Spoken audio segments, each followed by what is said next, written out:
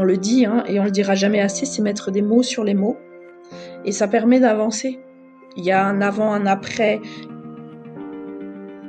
C'est pour ça que les personnes qui sont Asperger, il y a une grosse polémique autour d'Asperger parce qu'effectivement la communauté internationale de l'autisme veut faire abandonner ce terme par rapport aux activités nazies de Hans Asperger. En fait, je vois sur les réseaux que les gens ne veulent pas abandonner ce terme parce que c'est un terme plus doux plutôt que celui de dire autiste. Pour une personne en tout cas qui n'est pas non-verbale et qui n'est pas dans une défaillance intellectuelle. Du coup, je comprends aussi qu'ils essayent de s'accrocher un petit peu à ça pour essayer de ne pas avoir une vision qui est pas tout à fait juste de leurs troubles. Mais c'est aussi hyper compliqué, on n'en parle pas assez pour les papas. Mon mari, ça a été compliqué. Et ça l'est encore pour certains. Il faut en parler. Bonjour Nelly, je te remercie infiniment d'avoir accepté de participer à mon podcast L'étincelle invisible qui donne la parole aux personnes touchées par le handicap invisible. Avant d'entrer dans le vif du sujet, je vais te donner la parole en fait pour que tu puisses te présenter. Bonjour Warda. Bonjour et bienvenue. Merci. Alors moi c'est Nelly, je suis une maman de 4 enfants, 2 grandes filles et 2 garçons adolescents. Je suis actuellement la personne qui tient le compte Autisme en famille sur Instagram et la page Autisme en famille sur Facebook. D'accord, parfait, super. Tu peux nous expliquer un peu ton parcours, justement le fait que tu aies créé ces pages-là sur les réseaux sociaux? Ça m'est tombé dessus assez tardivement, il y a beaucoup de parents à qui c'est arrivé. Donc l'année 2020 a commencé par un diagnostic. Le premier diagnostic qui a été fait sur mon fils qui avait alors 12 ans, parce que depuis l'âge de 6 ans, il cumulait des troubles d'apprentissage et de comportement qui nous ont amenés dans plein de situations, des psychothérapies, des machins qui ont jamais rien donné. Et puis à un moment donné, j'ai entendu parler de l'autisme justement grâce à Instagram et Facebook. Et je me suis dit, pourquoi pas, on va aller dans ce sens. Et comme il était déjà vu par une psychomotricienne depuis plus d'1 an, je lui en ai parlé et effectivement, elle m'a dit que c'était quelque chose à ne pas mettre de côté. J'ai dû me battre parce que quand on n'y connaît rien, on tombe souvent sur des personnes qui sont pas toujours bienveillantes. J'ai commencé à me renseigner et puis on m'a parlé de la première, deuxième, troisième ligne pour le diagnostic, etc. C'était un peu confus pour moi. Et donc, j'ai pris rendez-vous avec un pédopsychiatre dans ma ville pour avoir accès au CRA, le centre de référence de l'autisme de mon département. Déjà, premièrement, mon fils s'est comporté de manière totalement inattendue. Il a eu des troubles du comportement extrêmement importants dans son bureau. Je l'avais jamais vu comme ça. Très sincèrement, je l'avais jamais vu comme ça. Et au bout d'1 heure d'entretien, le monsieur nous dit qu'il n'est pas autiste, il est TDAH, il faut le mettre sous Ritalin, sinon on est de mauvais parents. Alors, comme entrée en matière, c'était pas terrible. Donc j'ai pleuré pendant 2 jours. J'étais inconsolable, je savais pas ce qui me tombait dessus. Je me suis trouvée violentée par tout ça. Et puis au bout de 2 jours, moi je voulais pas du tout donner de Ritalin en première intention à mon enfant, donc je me suis dit non, tu vas pas te laisser faire et tu vas continuer plus loin. Donc j'ai appelé une association sur ma ville qui s'appelle Planète Autisme. Donc il y en a un peu partout en France, et puis si c'est pas Planète Autisme, il y en a d'autres. Encourage souvent les gens d'aller vers Autisme France parce que ils sont là aussi pour vous écouter et pour vous aiguiller en cas de besoin. Et puis j'avais fait une liste de tout ce que mon fils mettait en place qui me paraissait anormal. Au bout d'1 heure d'entretien, on m'a dit que effectivement ça ressemblait énormément à de l'autisme et qu'il fallait pas que j'abandonne. On m'a donné un listing de professionnels privés qui étaient vraiment de très bons professionnels, parce que là aussi il faut faire attention. On peut trouver de tout. Et on m'a dit, si vous avez quelques centaines d'euros à mettre, vous avez toujours la voie professionnelle qui est possible. Donc on s'est dit, bon, ok, c'est cher, mais est-ce que c'est pas le prix de la tranquillité? Donc on a pris contact avec un de ces professionnels qui nous avait donné quand même rendez-vous 1 mois après, donc c'était vraiment très très court comme délai. Et nous, ça nous arrangeait parce qu'à l'école, ça devenait de plus en plus problématique. Et notre fils était vraiment en décompensation. Trouble du comportement, retrait sur soi, le refus de dialoguer, crise autistique à la maison. Enfin, il y avait des trous partout dans le mur. Enfin, je le reconnaissais pas. Pris ce rendez-vous et il a été diagnostiqué. Et là, bingo, il était atteint d'autisme Asperger de type modéré. Même si on s'y attendait un peu et qu'on s'était beaucoup préparé, puisqu'on lui avait quand même fait le dépistage Baron Cohen sur le net, enfin, il y avait plein de choses qui montraient qu'il était dans cette sphère-là. Ça a été quand même un choc pour tout le monde, pour lui comme pour nous. Il avait quel âge à ce Là, moment-là? c'était l'année dernière, il avait 12 ans. Donc pour un ado qui vient de rentrer au collège, c'est pas la meilleure entrée en matière. D'accord. Mais comment s'est passé toute ton enfance justement? Parce que l'autisme, les signes sont quand même assez Ouais. précoces. Et je me pose la question de savoir comment s'est passée cette première dizaine d'années de Il sa y vie avait en des fait. troubles des apprentissages qu'on a découverts au CP. Donc ça, c'est sûr. Il y avait une dysgraphie, il y avait une très grande lenteur cognitive et alors une fatigabilité intense. Et tous les professionnels chez qui je faisais des bilans me disaient, bon, ça doit être un trouble de l'attention, mais il n'y a pas de TDAH. Donc le TDAH, c'est avec hyperactivité, alors que là, il n'y en avait pas. Et puis la dysgraphie, on comprenait pas sa fatigabilité. Tu peux préciser ce que signifie la dysgraphie, Alors la c'est-à-dire? dysgraphie, c'est vraiment une difficulté pour former les lettres, pour écrire de manière adaptée, linéaire, pour écrire avec une vitesse normale. C'est très compliqué. Et donc D'accord. très rapidement, il avait une raideur au niveau du poignet. Et même si les 2 premières années CP-CE1, il avait une écriture parfaite, c'était impressionnant. Mais il avait le temps. Il était encore dans des classes où on leur donnait le temps. Et c'est à partir du CE2, au niveau écriture, il a commencé à décompenser. Comme il n'arrivait pas à suivre le rythme et qu'on lui mettait une certaine pression, au CE2, il s'est arrêté complètement d'écrire. Donc là, on a commencé à dire, bah tiens, c'est bizarre. Et puis alors vraiment, je veux dire, pendant toute l'année scolaire, ça a même valu des grosses tensions avec sa maîtresse qui m'a forcé quelque part à le sortir de l'école. Je lui ai fait l'école à la maison 1 an. Parce que c'était un stress. Il n'arrivait pas à s'adapter et je voyais bien qu'il était différent des autres, mais j'arrivais pas à mettre des mots dessus. Après, quand il était petit, c'était un enfant très souriant, très câlin avec moi. Bon, alors, avec moi, il était extrêmement fusionnel, plus qu'avec les autres. Il était quand même assez farouche avec les autres, mais il arrivait encore à se faire des copains et à être dans l'interaction. Par contre, il avait des petits détails qui auraient pu m'alerter, mais c'était pas méchant, donc je m'étais pas inquiétée plus que ça. Ou au niveau sensoriel, il faisait quand même pendant longtemps, il se mettait un bonnet de bain très serré sur la tête toute la journée. Alors ça faisait très bizarre de le voir avec ce bonnet de bain très serré sur la tête. Il portait un gant de laine jour et nuit. Il y avait plein de petites choses bizarres, mais comme il était tout câlin, tout mignon, tout gentil, on s'était pas posé de questions, ça posait pas de problème au final. On s'était dit, il est juste atypique. Et puis, j'ai fait un test QI quand il était plus jeune. Et effectivement, le test QI, on n'arrivait pas à poser un chiffre puisque la vitesse d'exécution était très lente, donc faisait baisser le test. La professionnelle m'a dit, ben, il est très certainement haut potentiel. On s'était dit, voilà, on a un enfant haut potentiel. C'était pas le premier dans la famille. T'es pas inquiété plus que ça. Et c'est vraiment à l'arrivée au collège où il a décompensé. Là, ça a été très difficile. Donc tout vous êtes tombé dessus littéralement du jour au lendemain, si je comprends bien. J'ai l'impression que vous n'avez pas vraiment été préparé. Il y a eu un événement qui a aussi précipité les choses, c'est que moi j'ai repris mes études et à ce moment-là, je me suis retrouvée dans une école à 400 kilomètres. J'ai pas eu le choix de l'école puisque c'était sur concours. Et donc du coup, on avait pris la décision avec mon mari, bah tant pis que je partirais pendant une année toutes les semaines et que je rentrerais le week-end. Et on s'était dit, comme ils sont grands, lui en 6e et mon grand était en 3e, on s'est dit, bah c'est pas trop grave. Ça va aller, ils vont s'adapter, il n'y a pas de souci, ils sont pas tout seuls, mon mari va gérer.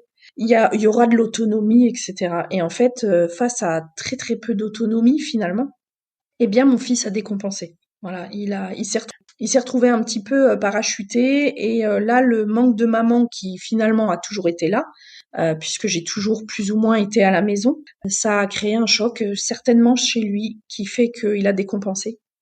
Et donc, au bout de 4 mois d'école, j'ai tout abandonné et je suis rentrée. Et là, j'ai pu constater D'accord. vraiment les difficultés. Il avait perdu sa joie de vivre, il était vraiment pas bien.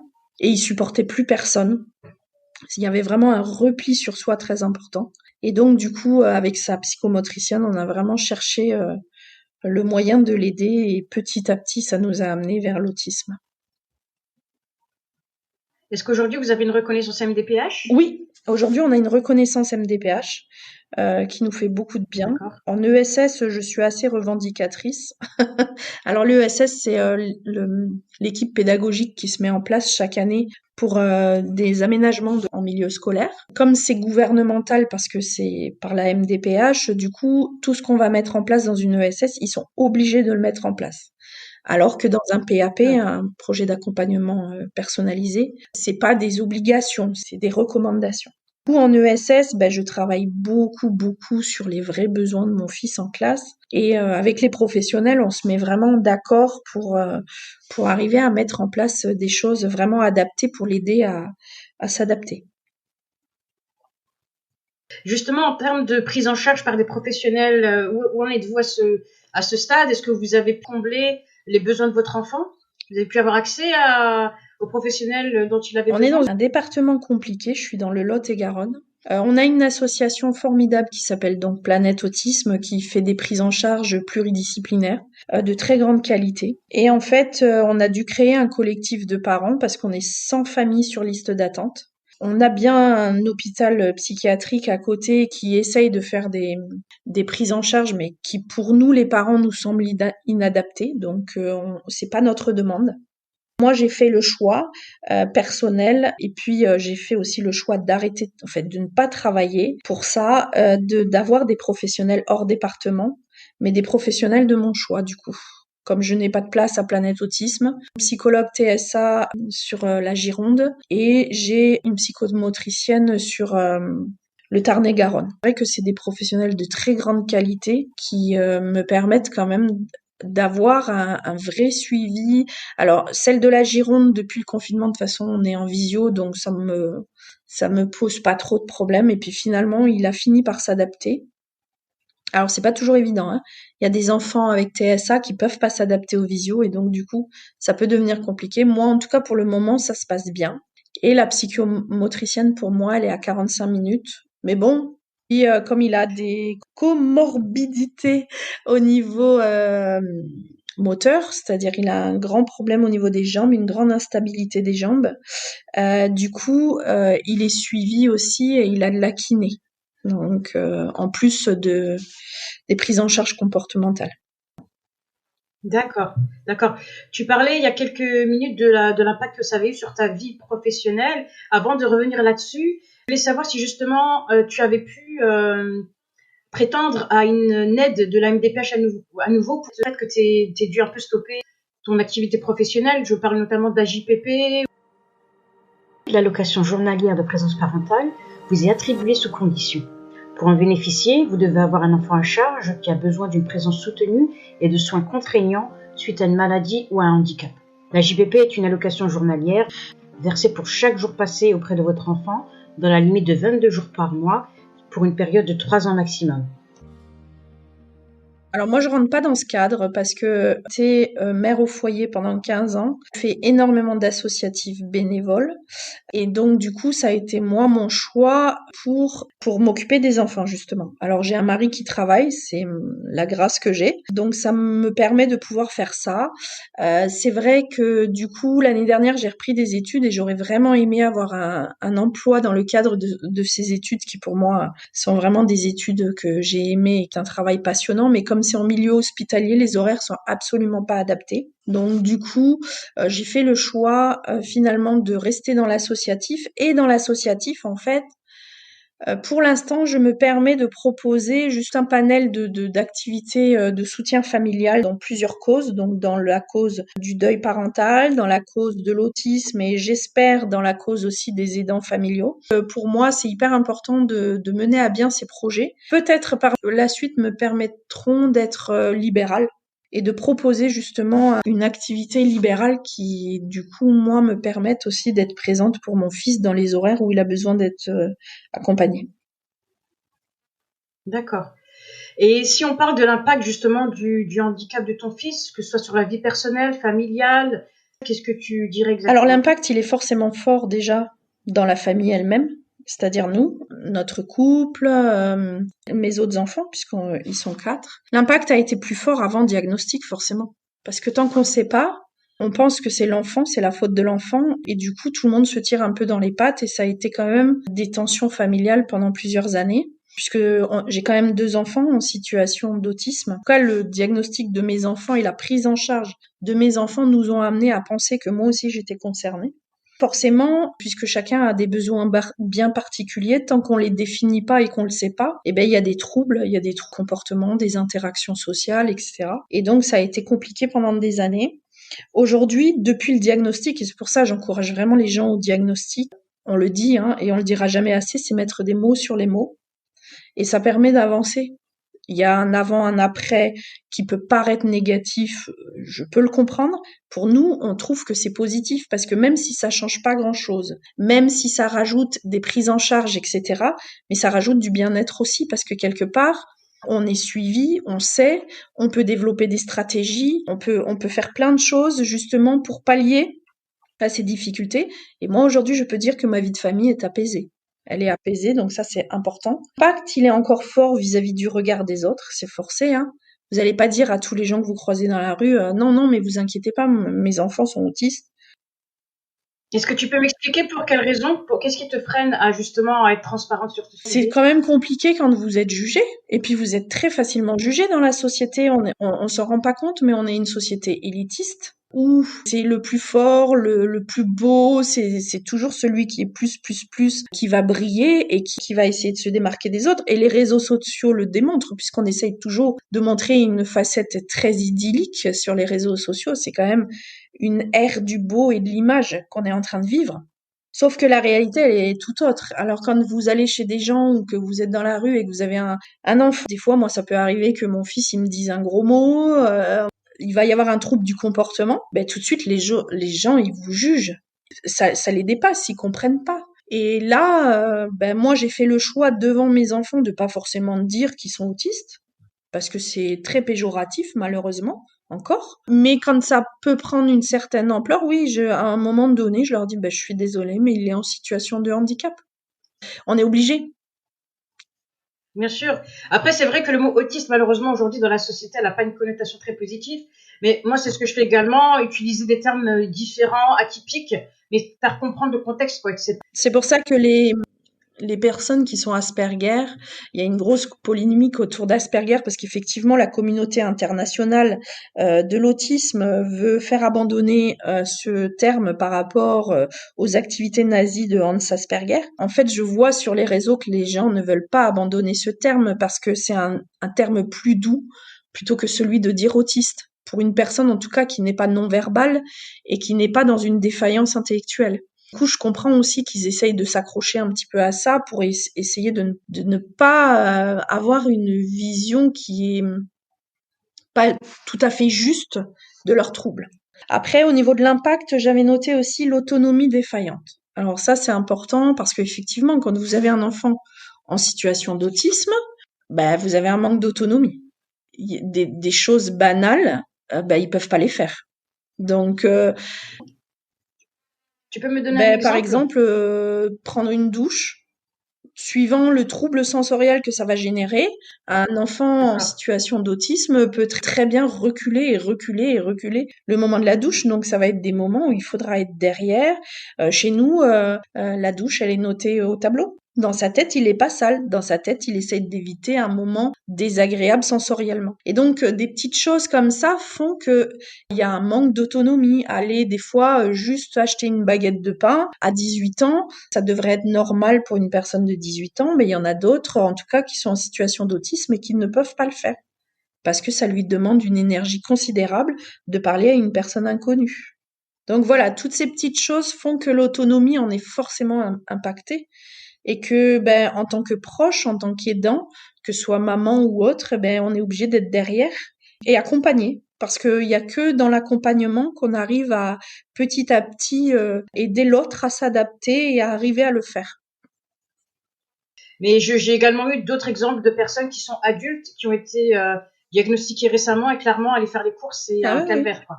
C'est vrai que dans ces cas-là, il y a les drives, il y a les courses en ligne, ce sont des belles alternatives, mais je comprends bien qu'à un moment donné, on est dans une société qui fait qu'on est obligé d'être en contact avec d'autres personnes. Des fois, se faire à manger pour certains autistes, c'est compliqué. Ça demande beaucoup, beaucoup d'énergie. Les personnes en situation d'autisme, en tout cas, ont une très grande fatigabilité parce que tout ce qu'elles vont vivre va générer une énergie plus importante que les autres. Et donc, du coup, on n'imagine pas la fatigabilité qu'elles amassent au long de la journée. C'est des personnes qui paraissent tout le temps fatiguées. Je me rappelle quand mon enfant était plus jeune, on me disait mais il bâille tout le temps, c'est insupportable. Pour une personne en situation d'autisme, terminer la journée, des fois ça relève du sport de haut niveau en fait. Et c'est ça qui est des fois compliqué et surtout pour les enfants. Moi je sais qu'en aménagement, j'ai demandé au professeur de mettre le moins possible de devoirs le soir. Parce que mon fils, quand il rentre à la maison, au collège, vous avez 10 professeurs différents qui donnent 10 choses différentes à faire. Moi, je leur ai dit, stop, temps mort. Ça va pas être possible de refaire une journée après la journée. On peut leur demander des choses, mais au bout d'un moment, il faut vraiment leur laisser cette capacité de se reposer. Donc souvent, c'est des enfants qui sont mis sous mélatonine justement pour essayer de pallier au niveau du sommeil, parce que sinon, ils peuvent pas tenir leur journée. D'accord. Quelle a été la réaction du corps enseignant justement au collège quand le diagnostic a été posé? Il y a sûrement eu l'introduction d'aménagement. J'imagine qu'avoir plusieurs professeurs, ça a dû peut-être compliquer la tâche d'assimilation du handicap de ton fils. Ça a été compliqué parce que même si je pense que pour eux, d'une certaine manière, ils ont bien vu qu'il y avait un truc qui collait pas, ils étaient persuadés que c'était moi qui étais surprotectrice. Et donc, quand j'ai commencé à leur parler du diagnostic d'autisme, il y a personne qui m'a cru. Et il y avait des troubles du comportement importants. Quand le diagnostic est tombé, j'ai tout de suite réagi en disant bon, maintenant on le sait, il est autiste. Je demande justement à ce qu'on mette tout en place et ça a mis un peu de temps à démarrer parce que justement, je crois qu'ils en prenaient pas conscience. Alors lui, ce qui l'a sauvé, c'est le confinement.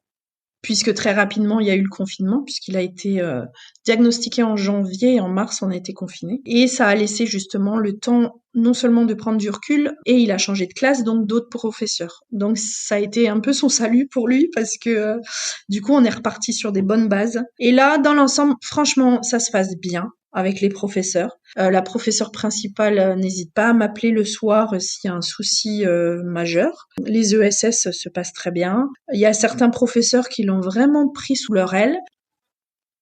Tu expliquais donc que tu avais différents enfants autistes.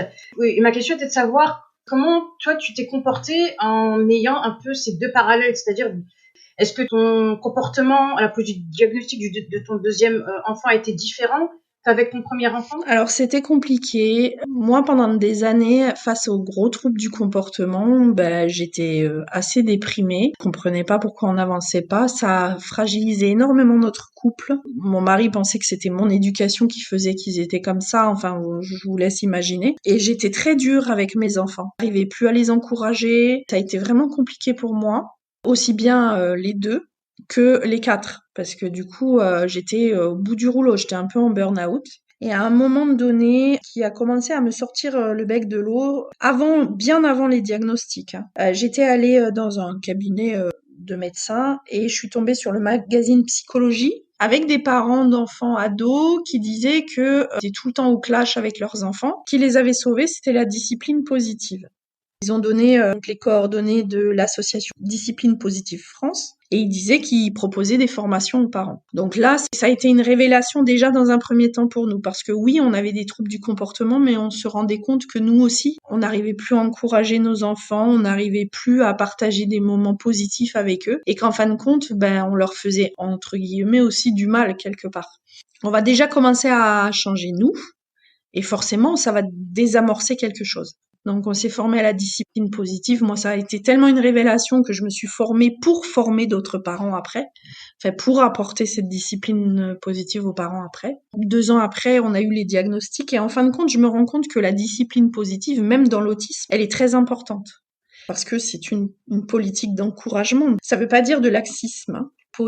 Cette association milite pour une éducation bienveillante, mais non laxiste. Il propose plein d'outils pour pouvoir justement être dans une éducation, malgré tout, mais bienveillante, sans cris, sans punition, sans fessées, etc. En voyant les gens autour de nous qui nous parlaient de fessées, que ça ne tuait pas, qui nous parlaient à chaque fois de violences éducatives, en disant que eux ils en avaient eu et qu'ils en étaient pas morts et qui remerciaient leurs parents. Je me disais mais il y a un truc qui va pas. On est quand même dans une société déjà à la base pour un enfant neurotypique, on est dans une société où on pratique mais naturellement la violence éducative. Quand on a un enfant en situation de handicap, comment on se positionne? Parce que moi, pendant des années, mon fils, on me disait, il a pas pris assez de fessées, tu devrais lui mettre une bonne baffe. Enfin, on me ramenait toujours vers une forme de violence. Et une fois qu'il a été diagnostiqué, je m'étais dit, non seulement tu vas faire de la sensibilisation à l'autisme pour que les personnes en situation d'autisme soient acceptées dans cette société et soient acceptées à leur juste valeur, mais aussi pour la prévention de la violence familiale. Parce que je crois sincèrement, et j'en suis persuadée, qu'il y a des tas de familles où il y a des enfants qui ont des troubles autistiques ou qui sont carrément dans un TSA et qui vivent une certaine forme de violence familiale. Et donc ça, je pense que c'est très important de le mentionner parce que c'est une réalité et qu'on peut le pallier. Parce que oui, être avec un enfant qui a des troubles du comportement, c'est déjà difficile pour une maman. Parce qu'on se remet en question en disant est-ce que j'ai bien fait? Est-ce que c'est pas mon éducation? Et puis très vite, c'est je suis une mauvaise mère, tout ça. Et puis vous avez même des professionnels qui vont vous dire que vous êtes une mauvaise mère. Carrément, ça existe encore, hein. Mais c'est aussi hyper compliqué, on n'en parle pas assez pour les papas. Parce que le papa, dans la société française, il est garant de l'autorité familiale. Donc si son enfant se comporte mal, c'est de sa faute. Et on sait tous que l'ego des hommes est, on va dire, un peu plus développé que celui des femmes. Attention, c'est pas un jugement, hein, c'est vraiment par rapport à leur façon de fonctionner. Et donc, du coup, en discutant avec des tas de mamans, me disent, ouais, pour mon mari, ça a été compliqué. Et ça l'est encore pour certains. Il faut en parler. C'est pour ça que dans mes projets associatifs, je veux inclure les papas, moi. Je veux inclure un temps pour les papas, pour qu'ils puissent s'exprimer. Parce que c'est pas parce que leur enfant, il tape une crise dans un supermarché, dans un restaurant, et que du coup, ça les met à mal vis-à-vis du regard des autres qui sont un mauvais papa, bien au contraire. De s'adapter à son enfant, c'est ça, être un bon papa. Et c'est ça qu'il faut changer comme regard. Oui, c'est intéressant ce que tu dis parce que j'ai eu l'occasion d'échanger avec un papa qui est au Québec et c'est vrai que lui, il a carrément misé sur l'humour en fait pour parler un peu d'anecdotes de sa vie d'aidant familial en fait. Et j'ai trouvé que c'était vraiment une très bonne manière d'également peut-être d'éveiller les consciences d'autres papas et c'est d'ailleurs le seul papa que j'ai pu interviewer dans le cadre du podcast, que ça reste un public qui doit être sensibilisé parce qu'on voit très très souvent que ce sont les mamans qui prennent un peu la gestion du handicap de l'enfant. Les familles monoparentales, c'est souvent les mamans qui assument le tout en fait, les prises en charge, les charges financières. C'est en effet beaucoup de responsabilités. Il y a vraiment quelque chose dans les papas qui se joue au niveau du regard de l'autre. Où ils se sentent vraiment mal hein, vis-à-vis de ça en se disant qu'est-ce que j'ai fait quoi. Mais je pense qu'une femme ne se sent pas moins ciblée puisque souvent encore une fois la société d'aujourd'hui fait que c'est la maman qui s'occupe principalement de l'éducation de l'enfant. Donc dès qu'il y a un petit problème, moi c'est mon expérience, c'est souvent vers moi qu'on vient s'adresser quoi. C'est de la faute à la maman, elle est trop laxiste, enfin exactement ce que tu viens de nous expliquer hein. Donc c'est pas plus facile pour une femme. Après c'est toute une problématique les papas parce que je me mets à leur place, ils ont aussi beaucoup de mal à trouver leur place dans cette société d'aujourd'hui. Ils sont passés du papa tout puissant pendant des décennies et des décennies à aujourd'hui le papa plus proche de ses enfants etc. Et très vite on les bascule dans le papa poule qui donne pas d'autorité à son enfant. Enfin moi je me mets à leur place vis-à-vis de la femme aussi qui est de plus en plus indépendante. Il y en a beaucoup qui trouvent pas leur place et qui savent pas trop comment se situer. On pense vraiment fort au papa. Et ne lâchez rien parce que vos enfants, avant d'être en situation de handicap, avant d'être autistes, ce sont vos enfants. On n'a aucun doute sur l'amour que vous leur portez. Moi, j'ai dit à mon mari, forme-toi. Quand je le vois des fois en difficulté avec mon fils, je lui dis forme-toi. Une formation sur une association d'autisme, c'est des fois 1 journée, 2 journées. Franchement, sur une vie, ça vaut le coup, quoi. Parce que ça permet justement de comprendre son enfant et d'être plus à même de pouvoir lui apporter ce dont il a besoin et de prendre du recul sur les choses. J'encourage vraiment les parents en général à se former. Aujourd'hui, on peut vraiment trouver des formations adaptées, pas trop chères, à proximité. Alors, www.canalautisme.com. Là, vous avez des tas de formations gratuites en ligne. C'est des vidéos de quelques minutes. Permet vraiment, que ce soit pour les mamans ou pour les papas, de comprendre son enfant et d'avancer.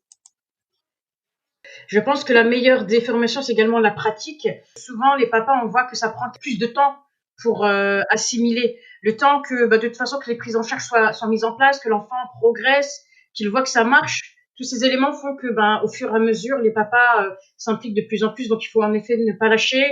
Il faut faire preuve de beaucoup de patience, d'empathie. Plus le diagnostic est dépisté tôt, plus on a des chances vraiment d'amoindrir les troubles du comportement, et ça, c'est chouette. Plus on aura des professionnels, que ce soit dans les crèches, dans les écoles, les médecins généralistes, à la PMI, partout, plus vous serez à même de dépister l'autisme, pas de le diagnostiquer, de le dépister pour amener vers un diagnostic tôt, plus les enfants seront à même d'avoir des stratégies rapidement et de pouvoir grandir dans les meilleures conditions possibles. Qu'est-ce que tu penses des PCO, des plateformes de coordination et d'orientation qui ont été mis en place en 2019 et qui permettent justement à des personnes qui ont des soupçons de contacter sur une plateforme centralisée les professionnels de la petite enfance pour pouvoir poser un diagnostic de façon gratuite jusqu'à l'âge de 7 ans. C'est forcément très bien. Aujourd'hui, le seul problème qu'on a, et je l'ai vu en formation, c'est que on a beaucoup de CAMS qui sont pas habilités à faire les diagnostics, beaucoup de CMPP qui normalement sont censés poser un diagnostic, et il y en a beaucoup qui sont pas formés. Il faut vraiment avancer dans ce niveau-là, qu'ils soient formés aux troubles neurodéveloppementaux et pas à la psychanalyse, parce que on en voit encore beaucoup de professionnels qui restent focalisés sur la psychanalytique. Plus là-dedans, on est vraiment dans le neurodéveloppemental et dans les prises en charge comportementales. Un autisme qui n'a pas de... C'est les groupes d'habileté sociale, où ce sont plusieurs enfants qui vont se rencontrer d'un même groupe d'âge, où il y a un professionnel, que ce soit une psychologue TSA ou une éducatrice spécialisée dans le TSA, qui vont les mettre en situation, par exemple, de jeu ou une situation sociale quelconque, et qui vont les aider justement à répondre de manière adaptée à cette situation sociale. Et puis il y a tout ce qui est aussi psychomotricité, orthophonie, ergothérapie. Donc toutes ces choses sont hyper importantes. Je crois à la pluridisciplinarité, vraiment. Mais je tiens à préciser que dans cette pluridisciplinarité, il faut y inclure les parents. Un bon professionnel va y inclure les parents. Ça, c'est important aussi, parce que les parents sont au quotidien. Aujourd'hui, comment tu perçois l'avenir face au handicap de ton fils? De mon fils, de ma fille, peut-être de moi. Je suis pas quelqu'un de négatif. J'ai hâte de savoir pour moi. Dire je le passe en janvier, c'est pareil. J'ai hâte de savoir pourquoi je réagis de telle manière, etc. Je pense que vraiment, à partir du diagnostic, on peut vraiment avoir un chemin qui se trace. Je comprends que des parents soient complètement démontés quand il y a un diagnostic, parce que le regard de la société, le regard de leur famille, etc. Mais moi, j'ai envie de rassurer, parce que non, il y a un avenir. Déjà, les autistes sont des personnes, je trouve, sans parler pour moi, vraiment, c'est vraiment par rapport à ce que je vis, sont de belles personnes, parce que c'est des personnes qui ont une sensibilité qui se perd. Aujourd'hui, dans la société, on court vers la réussite, on court vers le mieux, et on en oublie l'essentiel. Et je trouve que les personnes avec autisme, c'est des personnes qui aiment l'intégrité, qui aiment la vérité, ils aiment pas mentir, qui aiment toutes ces valeurs qui sont importantes. Et je pense qu'on en a besoin, parce que souvent, ils ont une clairvoyance parfois que nous, on n'a plus en tant qu'adultes. Une vision brute? Ouais, une vision brute, et j'ai envie de dire éclairée. Et puis, ils ont une finesse, une intelligence. Quand tu vois que les intérêts restreints les font devenir des experts dans certains domaines, ben oui, la société, elle a besoin d'eux. Exactement. Donc, je suis assez positive. Et d'autant plus qu'à partir de la prise en charge, on développe des stratégies. Donc, forcément, on avance. Alors, même si on n'avance pas à pas de géant, il faut pas s'attendre que du jour au lendemain, ça y est, les pris en charge, tout va bien aller. Je dis pas qu'il y a pas des journées où je suis en pleurs, parce que je me dis on n'y arrivera jamais. Et comme toute maman, c'est normal. Mais je sais qu'on va y arriver, parce que même si on avance petit pas par petit pas, mais on avance. Et c'est ça le plus important, en fait. Ça me fait penser aux fourmis, tu sais. Les fourmis, on les trouve souvent insignifiantes, elles sont toutes petites, elles ont l'air de rien, mais finalement, elles font un sacré travail dans la nature. Et en plus, elles font un travail parce qu'elles sont ensemble.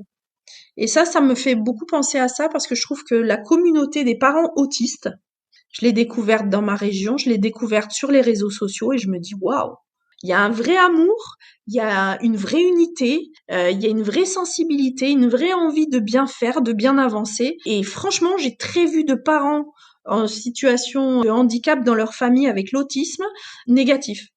Ils ont une résilience qui fait qu'ils sont quand même dans l'ensemble très positifs. Et ça, c'est quelque chose aussi, moi, qui me fait du bien et qui me porte aussi. Donc je pense qu'on peut s'appuyer aussi sur ses parents. C'est pour ça que je te disais, faut pas sous-estimer la force des parents de ces enfants. Regarde les associations sur l'autisme en France, ben, elles sont portées par qui? Ben, par des parents. Les parents. Parce qu'on est convaincu que nos enfants peuvent être inclus dans la société. On n'œuvre pas pour l'inclusion parce qu'au final, on n'a rien d'autre à faire. Il faut simplement travailler dans ce sens-là et lui donner les outils dont il a besoin. Je me pose souvent la question, mais au fond, c'est quoi le handicap? Dans une société comme la nôtre aujourd'hui, où on est très individualiste, où on a du mal à être dans la solidarité, où on juge beaucoup l'autre, mais des fois je me pose la question, qui c'est qui est le plus en situation de handicap? Est-ce que ce sont les gens comme les parents, en général, hein, les parents d'enfants en situation de handicap se regroupent dans le même handicap et se regroupent entre eux, donc ils reviennent à cette solidarité, à cette unité, à cette décentralisation finalement d'eux-mêmes. Et finalement, est-ce que c'est pas le reste de la société qui est la plus handicapée?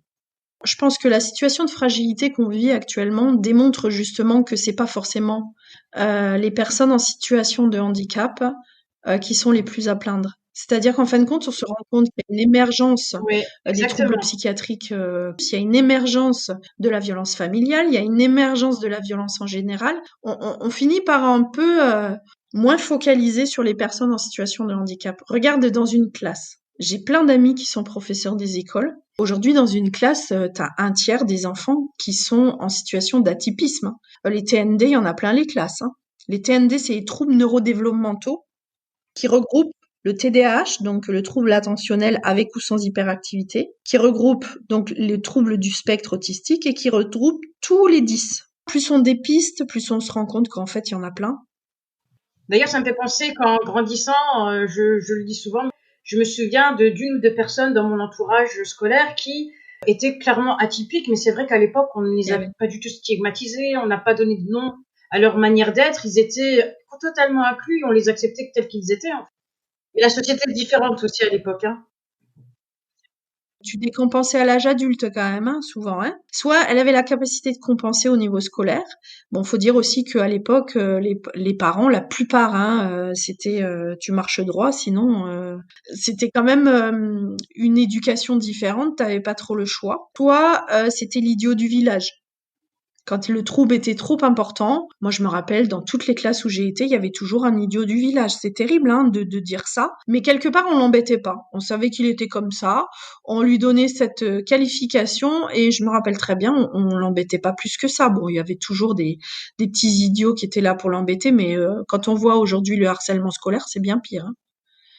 Plus on met le doigt sur des choses aussi, forcément, plus on crée aussi des inégalités aussi quelque part. C'est clair. Si aujourd'hui tu avais la possibilité de d'émettre un souhait pour améliorer ton quotidien et celui de ta famille, ce serait lequel? J'ai cherché pendant des années à créer une association de relais d'enfants. Mais c'est très compliqué parce que bien sûr après tu as tout le côté légal, la loi, l'aide sociale à l'enfance, chez qui tu mets l'enfant, est-ce que la personne est bienveillante. Donc c'est pour ça que je l'ai jamais mis en place, mais je trouve que les parents avec enfants TSA, il y en a beaucoup qui sont isolés de leur famille. Mais il faut aussi que mon enfant en situation de handicap accepte la personne chez qui je la mets. Il faut qu'il y ait une compréhension du handicap parce que le moindre truc qui vraiment convient pas sur le week-end peut créer une crise. Alors on peut avoir un relais déjà d'une heure ou deux et ça c'est j'ai rencontré par les réseaux sociaux Amandine de Café Autisme à Toulouse qui eux ont créé une association de parents d'enfants autistes où ils se rencontrent toutes les semaines donc ça crée forcément du lien. Et au bout d'un certain temps de connaissance, ils arrivent à dire, ben, cette semaine, tu peux laisser ton enfant pendant 2 heures, on te le garde, tu peux aller souffler pendant 2 heures. Et je trouve ça formidable. parce que les parents, ils en ont vraiment beaucoup besoin. Maintenant, après, un relais plus important, tout ça, c'est vraiment à creuser parce que c'est vraiment ce que les parents, ils ont besoin, hein. Du relais, de pouvoir prendre soin de leur couple. On se dirige tout doucement vers la fin de ce podcast. Du coup, je vais te laisser le mot de la fin et je souhaitais savoir en fait ce que tu voulais que les auditeurs retiennent du podcast et du handicap de tes enfants. Alors moi, c'est toujours dans un but d'encouragement. Oui, l'autisme, quand il arrive dans une famille, dans notre famille, ça a été le cas. Ça peut être un pavé dans la mare, ça peut être mais on va jamais s'en sortir. Comment voilà, il y a un avant, un après, comme quand on apprend n'importe quelle autre maladie, j'ai envie de dire, même si l'autisme n'en est pas une. Faites-vous confiance, dites-vous que avant d'être diagnostiqué autiste, votre enfant, c'est votre enfant. C'est la prunelle de vos yeux. C'est l'enfant que vous avez désiré, que vous aimez, que vous avez au quotidien chaque jour, et même si c'est fatigant dans certaines situations, ben ça reste votre enfant. Je suis tellement émerveillée par les petites choses maintenant. Quand je vois avec le recul, oui, un diagnostic, ça peut être lourd, mais avec le recul, il y a plein de belles petites choses sur le chemin. Et surtout pas s'attacher à cette société de l'image où on se dit oh là là, chez les autres c'est plus beau, c'est plus paisible, c'est plus machin. Non, c'est pas vrai en fait, c'est une image. Construisez votre propre foyer, croire en soi, vous êtes pas des mauvais parents.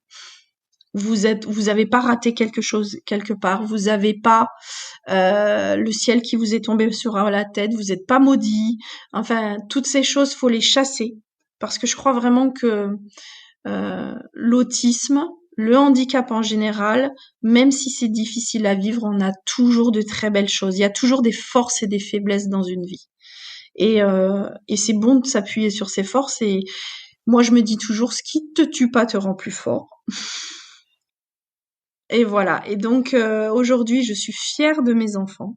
Même si demain, ils vont encore me faire une crise dans un magasin ou un autre truc, peu importe, je suis très fière de mes enfants. Je ne laisserai plus jamais quelqu'un me dire le contraire. Je suis fière de ma famille telle qu'elle est aujourd'hui. Si c'était à refaire, je veux rien changer. Et si j'ai un conseil, ne restez pas seul face à ça. J'ai envie de dire, inscrivez-vous sur des réseaux sociaux. Alors, il y en a qui sont totalement contre. Ben, moi, je suis plus si contre que ça, parce que finalement, on rencontre de très belles personnes. Bien sûr, il faut jauger, hein. Inscrivez-vous dans des associations, essayez de rechercher des parents qui sont comme vous, parce qu'ensemble, on est forcément plus fort. Parfait. C'est très joliment dit, Nelly. Je te remercie en tout cas infiniment d'avoir partagé un bout de ta vie, de ton expérience avec moi. Est-ce que tu peux parler brièvement des lives que tu organises sur Instagram? En quoi ça consiste exactement et qui tu cibles principalement? Alors, j'ai créé Autisme en famille justement pour faire de la sensibilisation à l'autisme et puis pour parler de notre quotidien en disant voilà, ça arrive pas qu'à d'autres. Et petit à petit, je me suis rendu compte qu'en fin de compte, quoi de mieux que les parents, comme toi, hein, finalement, Warda, encourager et pour expliquer ce que c'est l'autisme. Et donc, du coup, je me suis, en justement m'abonnant à énormément de parents concernés, mais aussi des associations, des professionnels, tout ça, je me suis rendu compte qu'il y avait plein de belles choses à dire. Et comme je disais au début du podcast, ils sont souvent très positifs en plus. Et je me suis dit, mais en fait, comme pour moi, l'encouragement est la plus belle des choses qu'on a à donner dans ce monde parce qu'on a tous besoin d'encouragement face aux difficultés et l'encouragement peut relever une personne. Et je me suis dit, ben, quoi de mieux que demander à ses parents de témoigner de leur vécu, qui est réel et qu'on va pas enjoliver pour autant, mais en même temps de leur demander ce qui les aide à tenir et ce qu'ils ont envie de transmettre à d'autres parents. Et en fin de compte, quand je vois les lives, mais moi, je suis boostée par les lives parce que je suis face à des mamans hyper positives qui ont mis des choses en place, des stratégies en place, qui en fin de compte nous encouragent à nous rendre compte qu'on n'est pas tout seul. On est tous dans le même bateau, j'ai envie de dire, et que ben ensemble on va y arriver, on va tous y arriver et nos enfants vont s'en sortir. Ils vont être de très belles personnes et quand on est ensemble pour se le dire, ben c'est trop bien en fait. Donc c'est pour ça que je fais tout ça. Ben, encore une fois, un grand merci Nelly. Je te souhaite en tout cas une très bonne continuation. Enfin, je suis vraiment contente de voir que je ne suis pas la seule, que tu n'es pas la seule. C'est vrai que tous les contacts que j'ai eus pour des interviews, je vois en effet qu'il y a vraiment une force incroyable de la part des parents d'enfants autistes. Et c'est vrai, pour moi, c'est vraiment une opportunité pour un être humain de se réinventer, en fait, et vraiment de pousser ses limites et de se rendre compte qu'au final, on serait prêt vraiment à gravir une montagne, quoi, pour nos enfants. Et je pense que ça, c'est vraiment une très grande force dans le monde d'aujourd'hui. Moi, je t'attends, Warda, pour faire un live avec moi pour que tu nous expliques justement ce que tu fais, qui est pour moi, je trouve génial. Et comme ça, tu auras l'occasion de rencontrer d'autres mamans et de pouvoir avoir encore d'autres podcasts. Et ainsi, on pourra encore plus faire avancer les choses. Exactement, avec plaisir. En tout cas, je te remercie beaucoup. Je t'en prie, tout le plaisir est pour moi.